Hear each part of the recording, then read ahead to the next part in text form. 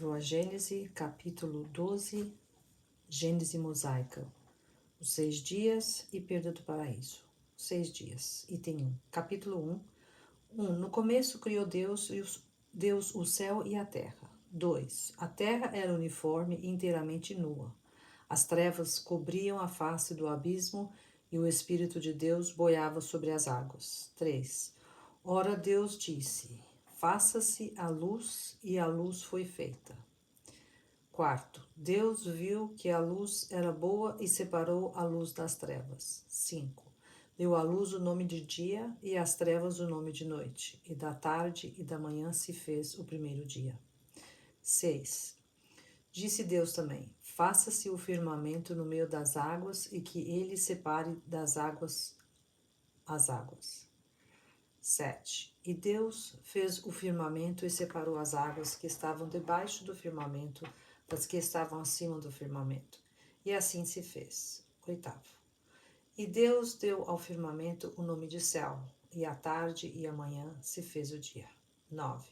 Disse Deus ainda: reúnam-se num só lugar as águas que estão sobre o céu e apareça o elemento árido.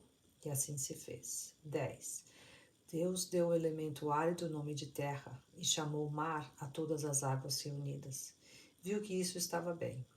11. Disse mais: produza a terra a erva verde, que traz a semente, e árvores frutíferas, que deem frutos cada um de uma espécie, e que contenham em si mesmas as suas sementes para se reproduzirem na terra. E assim se fez. 12.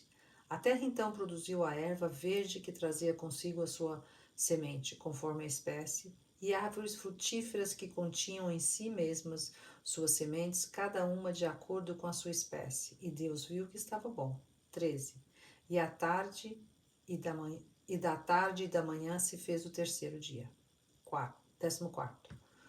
Deus disse também: façam-se corpos de luz no firmamento do céu, a fim de que separem o dia da noite e sirvam de sinais para marcar o tempo e as estações, os dias e os anos. 15. Brilhem eles no firmamento do céu e iluminem a terra. E assim se fez. 16. Deus então fez 2 grandes corpos luminosos, um maior para presidir ao dia e o outro menor para presidir à noite. Fez também as estrelas. 17. E os pôs no firmamento do céu para brilharem sobre a terra.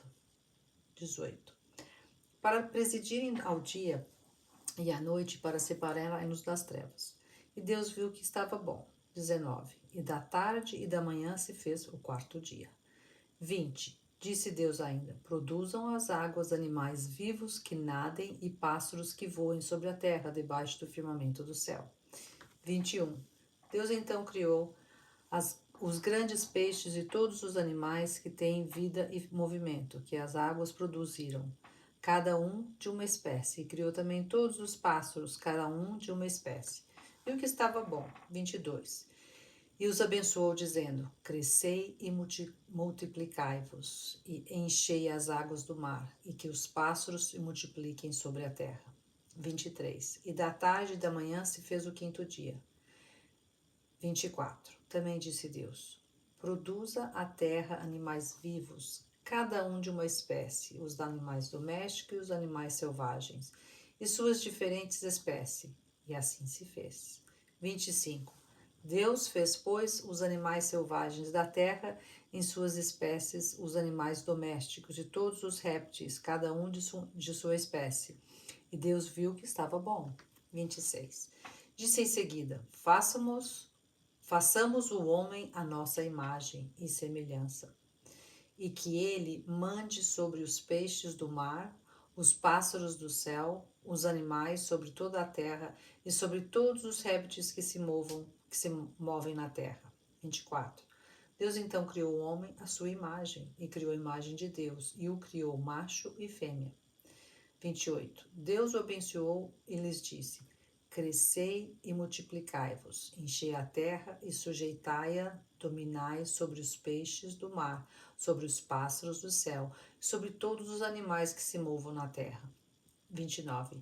Disse Deus ainda: dei-vos todas as ervas que trazem semente a terra e todas as árvores que encerram em si mesmas suas sementes, cada uma de uma espécie, a fim de que vos sirvam de alimento.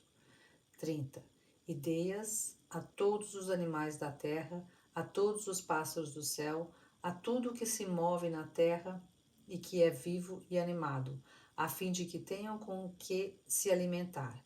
E assim se fez. 31. Deus viu todas as coisas que havia feito, eram todas muito boas. 32. E da tarde e da manhã se fez o sexto dia. Capítulo 2. 1. O céu e a terra ficaram, pois, acabados assim, com todos os seus ornamentos. 2. Deus terminou no sétimo dia toda a obra que fizera e repousou no sétimo dia, após de haver acabado todas as suas obras. 3. Abençoou o sétimo dia e o santificou, porque cessara nesse dia de produzir todas as obras que criara. 4. Tal a origem do céu e da terra, é assim que eles foram criados no dia que o Senhor fez um e outro. 5. E que criou todas as plantas dos campos antes que houvessem saído da terra e todas as ervas das planícies antes que houvessem germinado. Porque o Senhor Deus ainda não tinha feito que chovesse sobre a terra e não havia homem para lavrá-la. 6. Mas da terra se elevava uma fonte que lhe regava toda a superfície. 7. O Senhor Deus formou, pois, o homem do limo da terra e lhe espalhou sobre o rosto um sopro de vida, e o homem se tornou vivente e animado. 2. Depois das explanações contidas nos capítulos precedentes sobre a origem e a constituição do universo, conformemente aos dados fornecidos pela ciência, quanto à parte material e pelo espiritismo, quanto à parte espiritual, convém ponhamos em confronto com tudo isso o próprio texto da Gênese de Moisés, a fim de que cada um faça a comparação e julgue com conhecimento de causa. Algumas explicações complementares bastarão para tornar compreensíveis as partes que precisam de esclarecimentos especiais. 3. Sobre alguns pontos há sem dúvida notável concordância entre a Gênese mosaica e a doutrina científica, mas fora erro acreditar que basta se substituam os 6 dias de 24 horas da criação por 6 períodos indeterminados para se tornar completa a analogia. Não menor erro seria o acreditar-se que, afora o sentido alegórico de algumas palavras, a Gênese e a ciência caminham lado a lado, sendo uma, como se vê, simples paráfrase da outra. 4. Notemos, em primeiro lugar, que, como já se disse no capítulo 7, item 14, é inteiramente arbitrário o número de 6 períodos geológicos, pois que se eleva a mais de 25 ou das formações bem caracterizadas, número que, ademais, apenas determina as grandes fases gerais.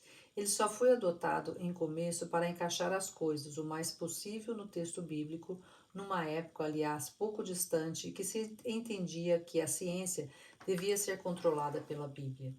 Essa a razão por que os autores da maior parte das teorias cosmogônicas, tendo em vista facilitar-lhe a aceitação, se esforçaram por pôr-se de acordo com o texto sagrado. Logo que se apoiou no método experimental, a ciência sentiu-se mais forte e se emancipou. Hoje ela é que controla a Bíblia. Do outro lado, a geologia, tomando por ponto de partida unicamente a formação dos terrenos graníticos, não abrange no cômputo de seus períodos o estado primitivo da Terra. Tampouco se ocupa com o Sol, com a Lua e com as estrelas, nem com o conjunto do universo, assuntos esses que pertencem à astronomia. Para enquadrar tudo, a Gênese cumpre-se acrescente um primeiro período, que abarque essa ordem de fenômenos e ao qual se poderia chamar período astronômico. Além disso, nem todos os geólogos consideram o diluviano como formando um período distinto, mas como um fato transitório e passageiro que não mudou sensivelmente o estado climático do globo, nem marcou uma fase nova para as espécies vegetais e animais, pois que, com poucas exceções, as mesmas espécies se encontram assim antes como depois do dilúvio. Pode-se, pois, abstrair desse período sem menosprezar a verdade. Quinto, o quadro comparativo aqui abaixo, em o qual se acham resumidos os fenômenos que caracterizam cada um dos 6 períodos, permite se considere o conjunto e se notem as relações e as diferenças que existem entre os referidos períodos e a Gênese bíblica. O quadro está separado em 2 colunas, a coluna da ciência e a coluna da Gênese. Então vamos na ciência. Item 1. Período astronômico. Aglomeração da matéria cósmica universal num ponto do espaço, em nebulosa que deu origem pela condensação da matéria em diversos pontos, às estrelas, ao Sol, à Terra, à Lua e a todos os planetas. Estado primitivo, fluídico e incandescente da Terra. Atmosfera intensa, carregada de toda a água em vapor e de todas as matérias volatilizáveis. Gênese, este é o primeiro dia, o céu e a terra, a luz. Item 2, período primário, ciência. Item 2, período primário, endurecimento da superfície da terra pelo resfriamento, formação das camadas graníticas, atmosfera espessa e ardente, impenetrável aos raios solares, precipitação gradual da água e das matérias sólidas volatilizadas no ar, ausência completa de vida orgânica. Coluna da Gênese. Segundo dia, o firmamento. Separação das águas em que estão acima do firmamento das que lhe estão debaixo. Item terceiro. Período de transição. As águas cobrem toda a superfície do globo. Primeiros depósitos de sedimentos formados pelas águas. Calor úmido. O Sol começa a atravessar a atmosfera brumosa. Primeiros seres organizados da mais rudimentar constituição. Líquens, musgos, fetos, licopódicos, plantas herbáceas, vegetação colossal. Primeiros animais marinhos, zoófitos, polipeiros, crustáceos, depósitos de hulha. Coluna da Gênese. Terceiro dia, as águas que estão debaixo do firmamento se reúnem, aparece o elemento árido, a terra e os mares, as plantas. Quarto, período secundário. Superfície da terra pouco acidentada, águas pouco profundas e paludosas, temperatura menos ardente, atmosfera mais depurada, consideráveis depósitos de calcários pelas águas, vegetação menos colossal, novas espécies, plantas lenhosas, primeiras árvores, peixes, cetáceos, animais aquáticos e anfíbios. Coluna da Gênese, quarto dia, o Sol, a Lua e as estrelas.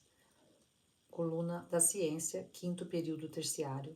Grandes entumecimentos da crosta sólida, formação dos continentes, retirada das águas para os lugares baixos, formação dos mares, atmosfera depurada, temperatura atual produzida pelo calor solar, gigantescos animais terrestres, vegetais e animais da atualidade, pássaros.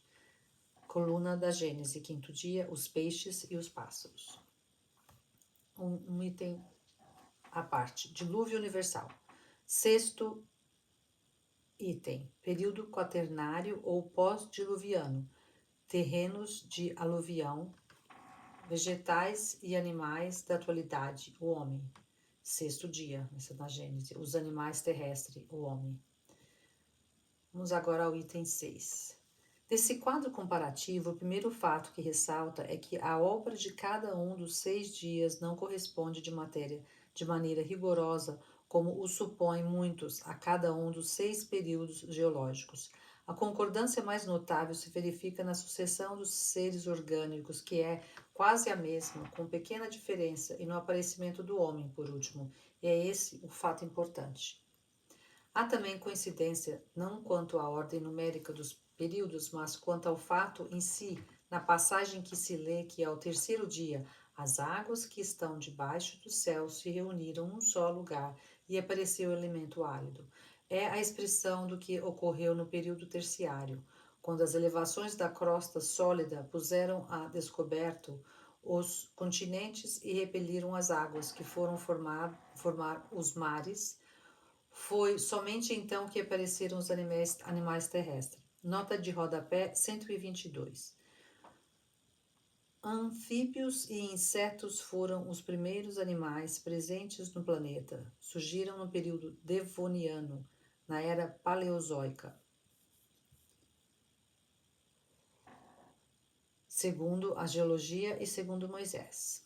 Item 7. Dizendo que a criação foi feita em 6 dias, terá Moisés querido falar de dias, de horas, ou terá empregado essa palavra no sentido de período de duração? É mais provável a primeira hipótese se nos ativermos ao texto acima, primeiramente porque esse é o sentido próprio da palavra hebraica yom, traduzida por dia. Depois, a referência à tarde e à manhã como limitações de cada um dos 6 dias, dá lugar a que se suponha haja ele querido falar de dias comuns. Não se pode conceber qualquer dúvida a tal respeito, estando dito no versículo 5. Ele deu à luz o nome de dia, e às trevas o nome de noite. E da tarde e da manhã se fez o primeiro dia. Isto, evidentemente, só se pode aplicar ao dia de 24 horas, constituído de períodos de luz e de trevas. Ainda mais preciso se torna o sentido quando ele diz no versículo 17, falando do sol, da lua e das estrelas. Colocou-as no firmamento do céu para luzirem sobre a terra, para presidirem ao dia e à noite, e para separarem a luz das trevas, e da tarde e da manhã se fez o quarto dia. Aliás, tudo na criação era miraculoso, e desde que se envereda pela senda dos milagres, pode-se perfeitamente crer que a terra foi feita em 6 vezes 24 horas, sobretudo quando se ignoram as primeiras leis naturais. Todos os povos civilizados partilharam dessa crença, até o momento em que a geologia surgiu a lhe demonstrar a impossibilidade. 8. Um dos pontos que mais criticados têm sido na Gênese é o da criação do Sol depois da luz.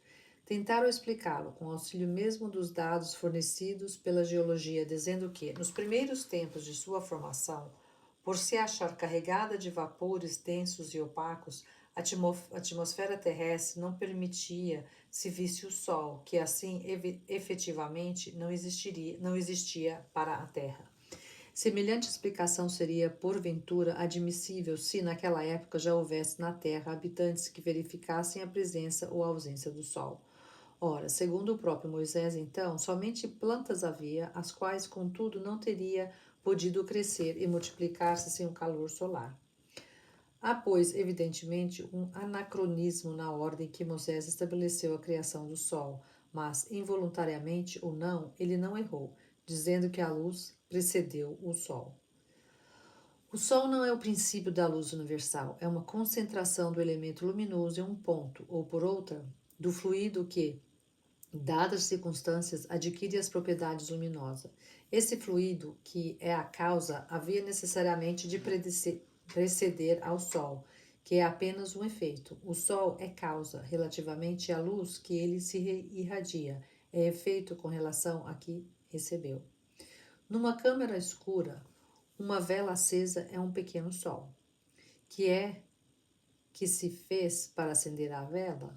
Desenvolveu-se a propriedade iluminante do fluido luminoso e concentrou-se num ponto esse fluido. A vela é a causa da luz que se difunde pela câmara, que não existira o princípio luminoso menos a vela, esta não pudera ter sido acesa. O mesmo se dá com o Sol. O erro provém da ideia falsa, alimentada por longo tempo de que o universo inteiro começou com a Terra, daí o não compreenderem que o Sol pudesse ser criado depois da luz. Em princípio, pois, a asserção de Moisés é perfeitamente exata, é falsa no fazer crer que a Terra tenha sido criada antes do Sol, estando pelo seu movimento de translação sujeita a esse último. A Terra houve de ser formada depois dele. É o que Moisés não podia saber, pois que ignorava a lei da gravitação. Notas de rodapé 123. A lei da gravitação universal foi formulada pelo cientista inglês Isaac Newton, de 1642 a 1727, que concluiu: duas partículas se atraem com forças cuja intensidade é diretamente proporcional ao produto de suas massas e inversamente proporcional ao quadrado da distância que as separa. Com a mesma ideia se depara na Gênese dos antigos persas no primeiro versículo do Vendidad, nota de rodapé 124. Um dos livros do Avesta, que são os textos sagrados do Zoroatrismo, código de leis civis e religiosas. Ormuzd, nota de rodapé 125. Aura Mazda Osmadi, Deus Supremo da Criação, princípio do bem, da harmonia, da beleza e da luz, na religião zoroastriana, antiga religião persa, fundada no século VII a.C. por Zoroastro, caracterizada pelo dualismo ético, cósmico e teurgônico, que implica a luta primordial entre dois deuses representantes do bem e do mal. O zoroatrismo influenciou em diversos aspectos doutrinários a tradição judaico-cristã. Narrando a origem do mundo, diz: eu criei a luz que foi iluminar o sol, a lua e as estrelas. Dicionário de Mitologia Universal. A forma aqui é, sem dúvida, mais clara e mais científica do que em Moisés e não reclama comentários. 9. Moisés, evidentemente, partilhava das mais primitivas crenças sobre a cosmogonia. Como os do seu tempo, ele acreditava na solidez da abóbada celeste em reservatórios superiores para as águas. Essa ideia se acha expressa sem alegoria, nem ambiguidade, neste passo. Versículos 6 e seguintes. Deus disse: faça-se o firmamento no meio das águas para separar das águas as águas. Deus fez o firmamento e separou as águas que estavam debaixo do firmamento das que estavam por cima do firmamento. Veja-se, capítulo 5, Antigos e Modernos Sistemas do Mundo, itens 3 a 4. Segundo uma crença antiga, a água era tida como o princípio primitivo, o elemento gerador, pelo que Moisés não fala da criação das águas, parecendo que já elas existiam. As trevas cobriam o abismo, isto é, as profundezas do espaço, que a imaginação imprecisamente figurava, ocupada pelas águas e em trevas antes da criação da luz. Eis aí por que Moisés disse: o Espírito de Deus era levado, ou boiava, sobre as águas. Tida a terra como formada no meio das águas, era preciso insulá-la. Imaginou-se então que Deus fizera o firmamento uma abóbada sólida, para separar as águas de cima das que estavam sobre a terra. A fim de compreendermos certas partes da Gênese, faz-se indispensável que nos coloquemos no ponto de vista das ideias cosmogônicas da época que ela reflete. Item 10. Em face dos progressos da física e da astronomia, é insustentável semelhante doutrina? Nota de rodapé 126. Nota de Allan Kardec. Embora muito grosseiro, o erro de tal crença, com ela ainda se embalam presentemente as crianças, como se tratara de uma verdade sagrada. Só a tremer ousam os educadores aventurar-se a uma tímida interpretação, como quererem que isto não venha mais tarde a fazer incrédulos. Entretanto, Moisés atribuiu ao próprio Deus aquelas palavras. Ora, visto que elas experimentem um fato notoriamente falso, uma de duas, ou Deus se enganou na narrativa que fez da sua obra, ou essa narrativa não é de origem divina. Não sendo admissível a primeira hipótese, forçoso é concluir que Moisés apenas exprimiu suas próprias ideias. Capítulo 1, item 3. 11. Ele se ouve com mais acerto, dizendo que o Deus formou o homem do limo da terra. Nota de rodapé 127. O termo hebreu, Hadam, homem, do qual se compôs Adão, e o termo Hadama, terra, tem a mesma raiz.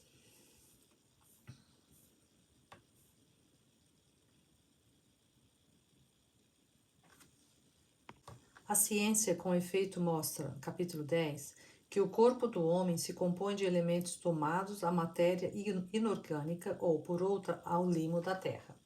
A mulher formada de uma costela de Adão é uma alegoria, aparentemente pueril, se admitida ao pé da letra, mas profunda quanto ao sentido.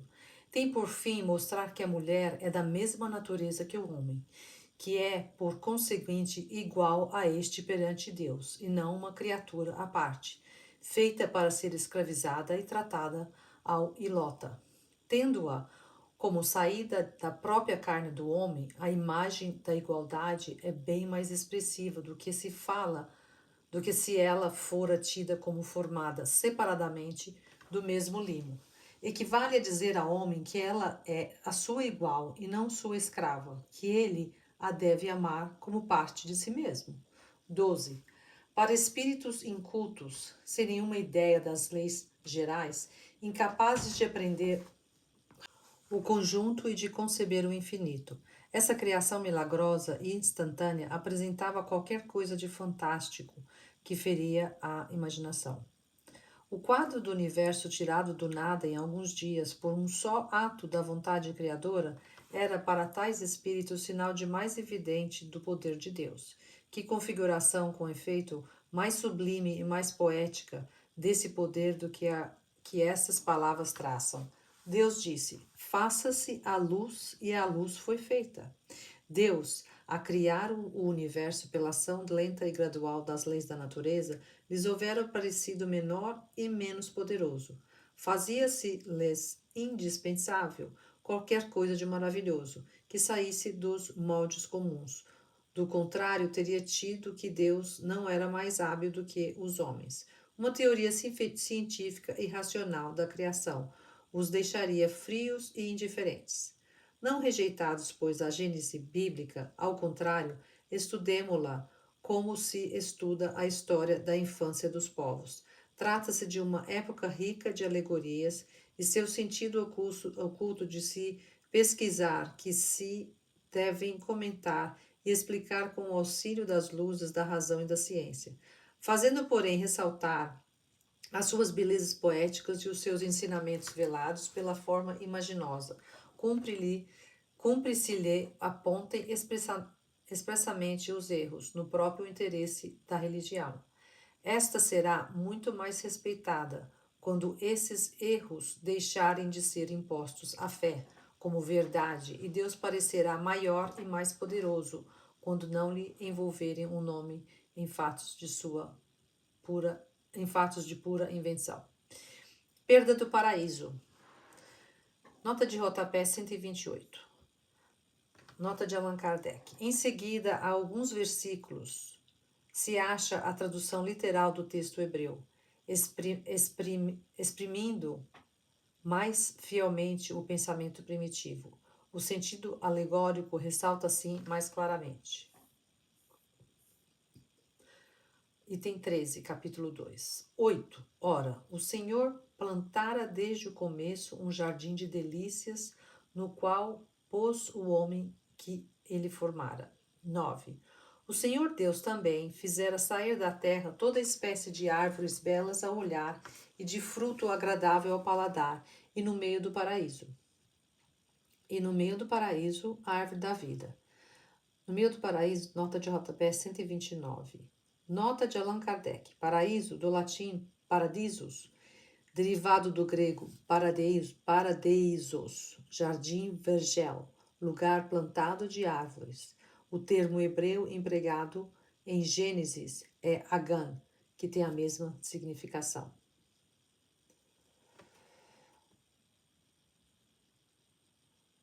Da árvore da vida com a árvore da ciência do bem e do mal.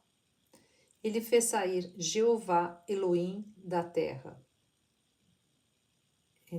Min, Hadama.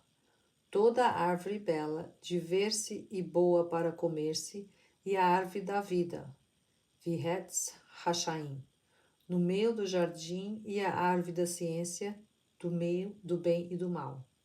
15. O Senhor tomou, pois, do homem e o colocou em o paraíso das delícias, a fim de que o cultivasse e guardasse. 16.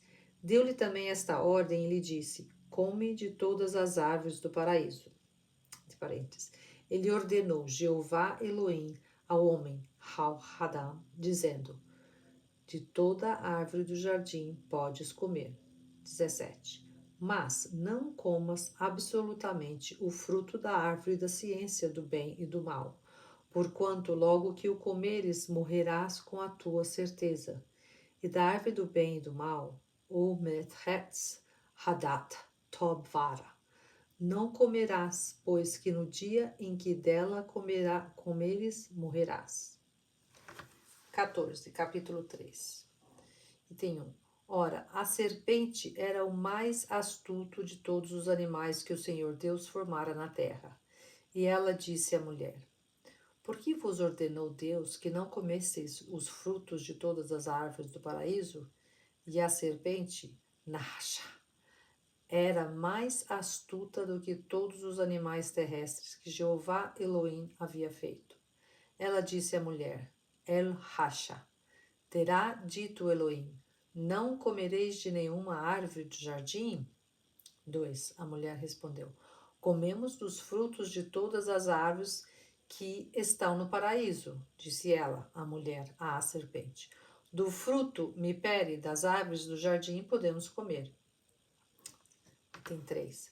Mas quanto ao fruto da árvore que está no meio do paraíso, Deus nos ordenou que não comêssemos dele e que não lhe tocássemos, porque não corramos o perigo de morrer. 4. A serpente replicou à mulher: certamente não morrereis. 5.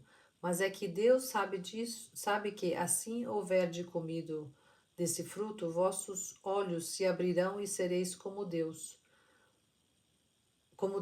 conhecendo o bem e o mal. 6. A mulher considerou então que o fruto daquela árvore era bom de comer, que era belo e agradável à vista, e tomando ele, o comeu e o deu a seu marido, que também comeu. Ela viu, a mulher, que ela era boa, a árvore como alimento, e que era desejável a árvore para compreender, lhe asqueu, e tomou de seu fruto, etc. 8. E como ouvissem a voz do Senhor Deus que passeava à tarde pelo jardim, quando sopra um vento brando, eles se retiraram para o meio das árvores do paraíso, a fim de se ocultarem de distante de sua face. 9. Então o Senhor Deus chamou Adão e lhe disse: onde estás? 10. Adão lhe respondeu: ouvi a tua voz no paraíso e tive medo, porque estava nu. Esta a razão por que me escondi. 11. O Senhor retrucou: e como soubestes que estava nu, senão porque comeste o fruto da árvore da qual eu vos proibi que comesseis? 12. Adão lhe respondeu: a mulher que me disse por companheira me apresentou o fruto dessa árvore e dele comi. 13. O Senhor disse à mulher: por que fizeste isto? Ela respondeu: a serpente me enganou e eu comi desse fruto. 14. Então o Senhor disse à serpente: por tereis feito isto, será maldita entre todos os animais e todas as bestas da terra. Rojar-te-ás sobre o ventre e as comerá a terra por todos os dias de tua vida. 15. Porei uma inimizade entre ti e a mulher, entre a sua raça e a tua. Ela te esmagará a cabeça e tu tentarás morder-lhe o calcanhar. 16. Deus disse também à mulher: afligir-te-ei com muitos males durante a tua gravidez. Parirás com dor. Estarás sob a dominação de teu marido e ele te dominará. 17. Disse em seguida a Adão: por haveres escutado a voz de tua mulher e haveres comido do fruto da árvore de que te proibi que comesses, a terra A terra será maldita por causa do que fizeste. Só com muito trabalho tirarás dela com que te alimentes durante toda a tua vida. 18. Ela te produzirá espinhos e sarças, e te alimentarás com a erva da terra. 19. E comerás o teu pão com o suor do teu rosto, até que voltes à terra de onde foste tirado, porque és pó, e em pó te tornarás. 20. E Adão deu à sua mulher o nome de Eva, que significa a vida, porque ela era a mãe de todos os viventes. 21. O Senhor Deus também fez para Adão e sua mulher vestiduras de peles com que os cobriu. 22. E disse: Eis aí Adão feito um de nós, sabendo o bem e o mal. Impeça-nos, pois agora que ele deite a mão à árvore da vida, que também tome do seu fruto e que, comendo desse fruto, viva eternamente. Ele disse: Jeová Elohim, eis aí o homem, foi como eu de nós para o conhecimento do bem e do mal. Agora ele pode estender a mão e tomar da árvore da vida. Veata pen ishi lashiado velakashá mehetz ashaim, que significa comerá dela e viverá eternamente. 23. O Senhor Deus o fez sair do jardim de delícias, a fim de que fosse trabalhar no cultivo da terra de onde ele fora tirado. 24. E, tendo-o expulsado, colocou querubins diante do jardim de delícias. Querubins, nota de rodapé 130, de Allan Kardec. Do hebreu, tirub, querub, boi, charab, lavrar. Anjos do segundo coro da primeira hierarquia, que eram representados com 4 asas, 4 faces e pés de boi.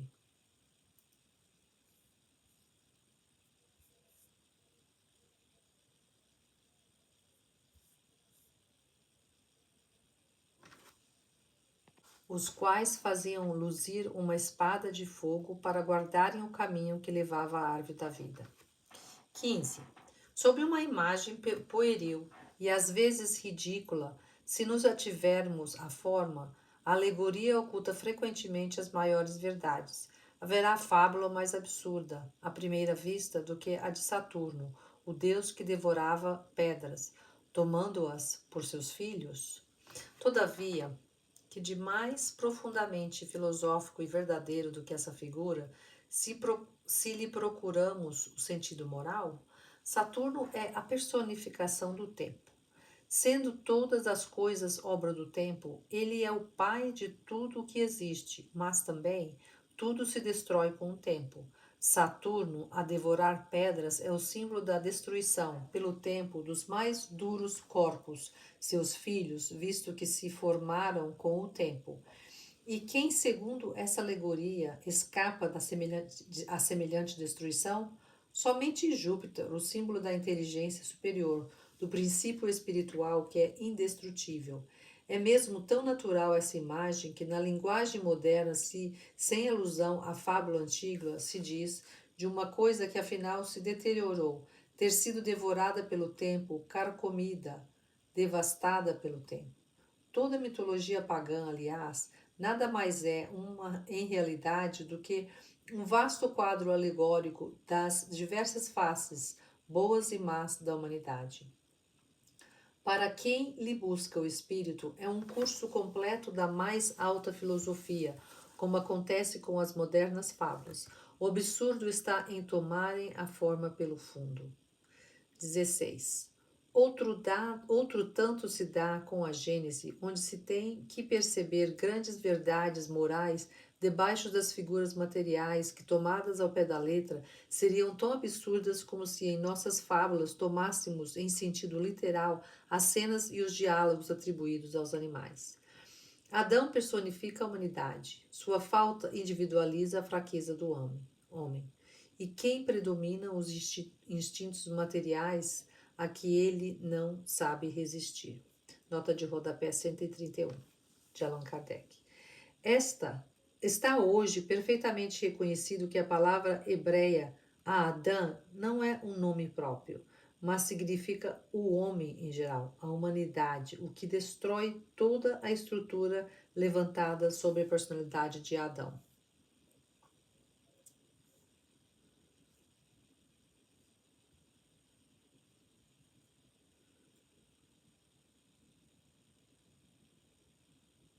A árvore, como árvore de vida, é o emblema da vida espiritual. Como árvore da ciência, é o da ciência, que o homem adquire do bem e do mal, pelo desenvolvimento da sua inteligência e do livre-arbítrio, em virtude do qual ele escolhe entre um e outro. Assinala o ponto em que a alma do homem, deixando de ser guiada unicamente pelos instintos, toma posse de sua liberdade e incorre nas responsabilidades dos seus atos. O fruto da árvore simboliza o objeto dos desejos materiais do homem.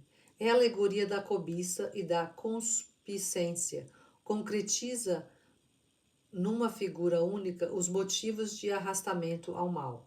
O comer é sucumbir à tentação. A árvore se ergue no meio do jardim de delícias para mostrar que a sedução está no meio mesmo dos prazeres e para lembrar que, se dá preponderância aos gozos materiais, o homem se prende à terra e se afasta do seu destino espiritual. Nota de rodapé de Allan Kardec, 182. Em nenhum texto o fruto é especializado na maçã, palavra que só se encontra nas versões infantis. O termo do texto hebreu é peri, que tem as mesmas acepções que em francês, sem determinação de espécie e pode ser tomado em sentido material, moral, alegórico, em sentido próprio e figurado. Para os israelitas, não há interpretação obrigatória. Quando uma palavra tem muitas acepções, cada um a entende como quer, contanto que a interpretação não seja contrária à gramática. O termo peri, por traduzido em latim por malum, que se aplica tanto à maçã como a qualquer espécie de frutos, deriva do grego melon, particípio do verbo melo, interessar, cuidar, atrair. A morte de que ele é ameaçado caso infrinja a proibição que se lhe faz é um aviso das consequências inevitáveis, físicas e morais decorrentes da violação das leis divinas que Deus lhe gravou na consciência. É por demais evidente que aqui não se trata da morte corporal, pois que, depois de cometida a falta, Adão ainda viveu longo tempo, mas sim da morte espiritual, ou por outras palavras, da perda dos bens que resultam do adiantamento moral, perda figurada pela sua expulsão do jardim de delícias. 17. A serpente está longe hoje de ser tida como tipo de astúcia.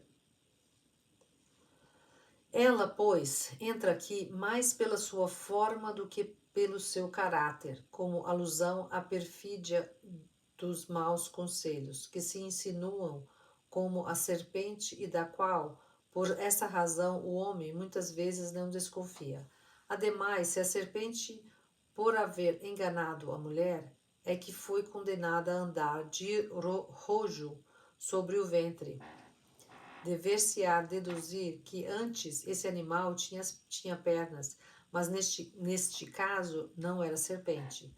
Por que então se há de impor a fé ingênua e crédula das crianças como verdades tão evidentes alegorias com o que, falseando-se-lhes o juízo, se faz que mais tarde venham a considerar a Bíblia um tecido de fábulas absurdas? Deve-se, além disso, notar que o termo hebreu narshá, traduzido por serpente, vem da raiz narsh, que significa fazer encantamentos, adivinhar as coisas ocultas, podendo, pois, significar encantador, adivinho. Com essa acepção, ele é encontrado na própria Gênesis 44, capítulo 44, versículos 5 e 15. A propósito da taça que José mandou esconder no saco de Benjamim. A taça que roubastes é a em que meu senhor bebe, e de que se serve para adivinhar. Nahash, nota de rodapé 133, de Allan Kardec. Deste fato se poderá inferir que os egípcios conheciam a mediunidade pelo copo de água? Revista Espírita, junho de 1868. Ignoras que não há quem me iguale à ciência de adivinhar. Nahash, no livro Números, capítulo 23, versículo 23. Não há encantamentos, Nahash, em Jacó, nem adivinhos em Israel. Daí o haver a palavra Nahash, tomado também a significação de serpente, réptil que os encantadores tinham a pretensão de encantar ou de que se serviam em seus encantamentos. A palavra Nahash só foi traduzida por serpente na versão dos 70, os quais, segundo Hutchison, corromperam o texto hebreu em muitos lugares. Versão essa escrita em grego antes do segundo século da era cristã. As suas inexatidões resultam, sem dúvida, das modificações que a língua hebraica sofrera no intervalo transcorrido, porquanto o hebreu do tempo de Moisés era uma língua morta, que diferia do hebreu vulgar, tanto quanto o grego antigo e o árabe literário diferem do grego e do árabe modernos. Nota de rodapé 134, de Allan Kardec. O termo Nahash existia na língua egípcia com significação de negro, provavelmente porque os negros tinham dom de encantamentos e da adivinhação. Talvez também por isso é que as esfinges de origem assíria eram representadas por uma figura de negro. É, pois, provável que Moisés tenha apresentado como sedutor da mulher o desejo de conhecer as coisas ocultas, suscitado pelo espírito de adivinhação, o que concorda com o sentido primitivo da palavra Nahash, adivinhar, e por outro lado com essas palavras: Deus sabe que, logo que houverdes comido desse fruto, vossos olhos se abrirão e sereis como deuses. Ela, a mulher, viu que era cobiçável a árvore para compreender, leasquiu, e tomou do seu fruto. Não se deve esquecer que Moisés queria proscrever de entre os hebreus a arte da adivinhação praticada pelos egípcios, como o prova o haver proibido que aqueles interrogassem os mortos e o espírito Piton. Entre parênteses, o céu e o inferno, capítulo 11. Item 18. A passagem que diz: O Senhor passeava pelo jardim à tarde, quando se levanta vento brando. É uma imagem ingênua e um tanto pueril que a crítica não deixou de assinalar, mas nada tem que surpreenda se nos reportarmos a ideia que os hebreus dos tempos primitivos faziam de Deus, para aquelas inteligências frustas, incapazes de conceber abstrações, Deus havia de ter uma forma concreta e eles tudo referiam à humanidade como o único ponto que conheciam. Moisés, por isso, lhes falavam como a crianças por meio de imagens sensíveis. No caso de que se trata, tem-se personificada a potência soberana, como os pagãos personificavam, e figuras alegóricas, as virtudes, os vícios e as ideias abstratas. Mais tarde, os homens despojaram a forma à ideia, do mesmo modo que a criança, tornada adulta, procura o sentido moral dos contos com que a acalentaram. Deve-se, portanto, considerar essa passagem como uma alegoria, figurando a divindade a vigiar em pessoa os objetos de sua criação. O grande rabino Vogt a traduziu assim: Eles ouviram a voz do eterno Deus, percorrendo o jardim do lado de onde vem o dia. Item 19. Se a falta de Adão consistiu literalmente em ter comido um fruto, essa falta não poderia incontestavelmente, pela sua natureza quase pueril, justificar o rigor com que foi punida. Não se poderia tampouco admitir racionalmente que o fato seja qual geralmente o supõe. Se o fosse, teríamos Deus considerado irremissível crime a condenar sua própria obra, pois que ele criara o homem para a propagação. Se Adão houvesse entendido assim a proibição de tocar no fruto da árvore e com ela se houvesse conformado escrupulosamente, onde estaria a humanidade e que teria sido feito dos desígnios do Criador? Deus não criara Adão e Eva para ficarem sós na terra. A prova disso está nas próprias palavras que eles dirige logo depois de os ter formado, quando eles ainda estavam no paraíso terrestre. Deus o abençoou e lhes disse: Crescei e multiplicai-vos, enchei a terra e subtemete ao vosso domínio. Gênesis, capítulo 1, versículo 28. Uma vez que a multiplicação era lei, já no paraíso terrenal, a expulsão deles dali não pode ter sido como uma causa do fato suposto. O que deu crédito a essa suposição foi o sentimento de vergonha que Adão e Eva manifestaram ante o olhar de Deus e que os levou a se ocultarem. Mas essa própria vergonha é uma figura por comparação. Simboliza a confusão que todo culpado experimenta em presença de quem foi por ele ofendido. Item 20. Qual então, em definitivo, a falta tão grande que mereceu acarretar a reprovação perpétua de todos os descendentes daquele que a cometeu? Caim, o fratricida, não foi tratado tão severamente. Nenhum teólogo a pôde definir logicamente, porque todos, apegados à letra, giraram dentro de um círculo vicioso. Sabemos hoje que essa falta não é um ato isolado, pessoal, de um indivíduo, mas que compreende sobre um único fato alegórico o conjunto das prevaricações de que a humanidade da Terra, ainda imperfeita, pode tornar-se culpada e que se resume nisto: infração da lei de Deus. Eis porque a falta do primeiro homem, simbolizando este a humanidade, tem por símbolo um ato de desobediência. Item 21. Dizendo a Adão que ele tiraria da terra a alimentação com o suor do seu rosto, Deus simboliza a obrigação do trabalho. Mas por que fez do trabalho uma punição? Que seria da inteligência do homem se ele não a desenvolvesse pelo trabalho? Que seria da terra se não fosse fecundada, transformada, saneada pelo trabalho inteligente do homem? Lá está dito, Gênesis, capítulo 2, versículos 5 e 7. O Senhor Deus ainda não havia feito chover sobre a terra e não havia nela homens que a cultivassem. O Senhor formou então do limo da terra o homem. Essas palavras, aproximadas dessas outras, enchei a terra, provam que o homem, desde a sua origem, estava destinado a ocupar toda a terra e a cultivá-la, assim como, ademais, que o paraíso não era um lugar circunscrito a um canto do globo.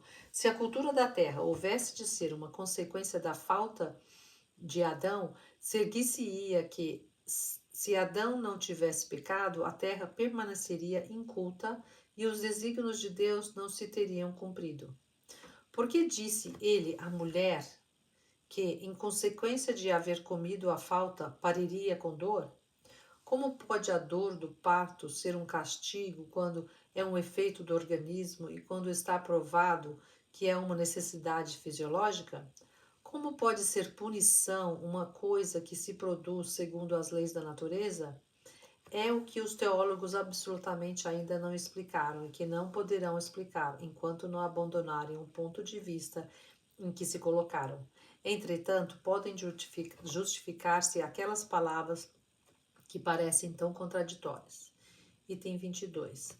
Notemos antes de tudo que, se no momento de serem criados os homens, as almas de Adão e Eva tivessem vindo do nada, como ainda se ensina, eles haviam de ser bisonhos em todas as coisas, haviam, pois, de ignorar o que é morrer. Estando sós na terra, como estavam enquanto viveram no paraíso, não tinham assistido à morte de ninguém. Como então teriam podido compreender em que consistia a ameaça de morte que Deus lhe fazia?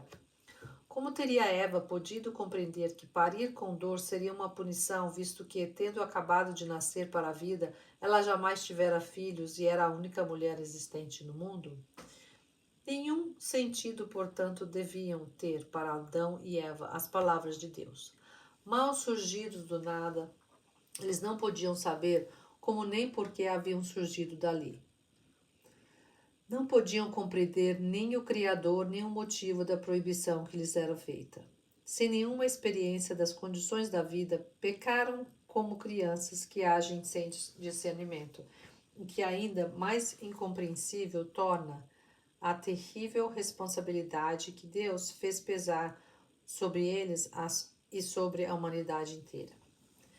Item 23. Entretanto, o que constitui para a teologia um beco sem saída, o Espiritismo o explica sem dificuldade e de maneira racional, pela anterioridade da alma e pela pluralidade das existências, lei sem a qual tudo é mistério e anomalia na vida do homem.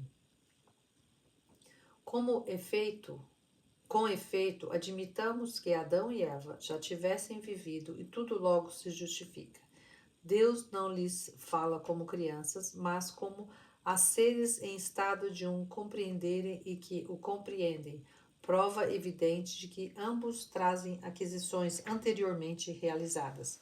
Admitamos, ademais, que haja vivido em um mundo mais adiantado e menos material do que o nosso, onde o trabalho do espírito substituía o do corpo, que por se haverem rebelado contra a lei de Deus, figurada na desobediência, tenham sido afastados de lá e exilados por punição para a terra, onde o homem, pela natureza do globo, é constrangido a um trabalho corporal, e reconheceremos que a Deus assistia a razão para lhes dizer: no mundo onde daqui em diante ides viver, cultivareis a terra, e dela tirareis o alimento com o suor da vossa fronte. E a mulher parirás com dor, porque tal é a condição desse mundo. Capítulo 11, item 31 e seguintes. O paraíso terrestre, cujos vestígios têm sido inutilmente procurados na terra, era por conseguinte a figura do mundo ditoso, onde vivera Adão, ou antes a raça dos espíritos que ele personifica. A expulsão do paraíso marca o momento em que esses espíritos vieram encarnar entre os habitantes do mundo terráqueo, e a mudança de situação foi a consequência da expulsão.